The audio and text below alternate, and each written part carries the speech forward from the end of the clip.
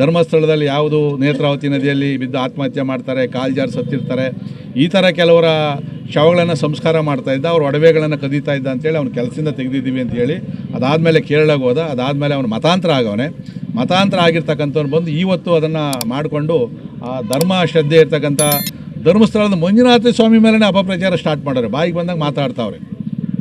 ನಾನು ಯಾರು ತಪ್ಪು ಮಾಡೋರೋ, ಈಗೇನು SIT ತನಿಖೆ ಆಗ್ತಾಯಿದೆಯೋ ಅದಕ್ಕೆ ನಮ್ಮದೇನು ವಿರೋಧ ಇಲ್ಲ. ಇವತ್ತು SIT ಆಲ್ರೆಡಿ 15 ಕಡೆ 13 ಕಡೆ ಗುಂಡಿಗಳನ್ನು ನಾವು ನೀರು ತೋರಿಸೋರೆ. ಒಂದು ಕಡೆ ಎಲ್ಲೋ ಸಿಕ್ತು, ಅದು ನೋಡಿದ್ರೆ ಯಾರೋ ಪುರುಷಂದು ಅಂತ ಹೇಳಿ ಬಂತು. ಈ ಥರ ಸುಳ್ಳು ಎಲ್ಲ ಕೂಡ ಮಾಡಿ ಅಪಪ್ರಚಾರ ಮಾಡಿ ನಮ್ಮ ಹಿಂದೂಗಳ ಭಾವನೆಗಳಿಗೆ ಧಕ್ಕೆ ತರ್ತಾ ಇರೋದ್ರಿಂದ ನಾವು ಯಲಹಂಕ ವಿಧಾನಸಭಾ ಕ್ಷೇತ್ರದಲ್ಲಿ ಸುಮಾರು 200 ಕಾರುಗಳಲ್ಲಿ ನಾವು ಧರ್ಮಸ್ಥಳದ ಜೊತೆಯಲ್ಲಿ ನಾವು ಇದ್ದೀವಿ ಅಂತಕ್ಕಂಥ ಸ್ಲೋಗನನ್ನು ಹಾಕ್ಕೊಂಡು ಕೇಸರಿ ಧ್ವಜವನ್ನು ಕಟ್ಕೊಂಡು ನಾವು 16ನೇ ತಾರೀಕು ಧರ್ಮಸ್ಥಳಕ್ಕೆ ಹೋಗಿ ಅಲ್ಲಿ ದೇವರ ದರ್ಶನ ಮಾಡಿಕೊಂಡು ಅಲ್ಲಿ ನಾವು ಅಲ್ಲಿಂದ ಮುಗಿಸ್ಕೊಂಡು ಮಾರನೇ ದಿನ ನಾವು ವಾಪಸ್ಸನ್ನು ಬರ್ತಾಯಿದ್ದೀವಿ. ಇದು ಆದಮೇಲೆ ಇಡೀ ಎಲ್ಲ ಕ್ಷೇತ್ರದಲ್ಲೂ ಕೂಡ ಇದೇ ರೀತಿ ಜನಜಾಗೃತಿಯನ್ನು ಮಾಡ್ತಾರೆ. ನಾವು ಧರ್ಮಸ್ಥಳದ ಜೊತೆಯಲ್ಲಿದ್ದೀವಿ. ಆ ಧರ್ಮಸ್ಥಳದ ಶ್ರದ್ಧೆಯನ್ನು ಕೆಡಿಸೋದಕ್ಕೆ ಯಾರ ಕೈಯಲ್ಲೂ ಕೂಡ ಆಗೋದಿಲ್ಲ.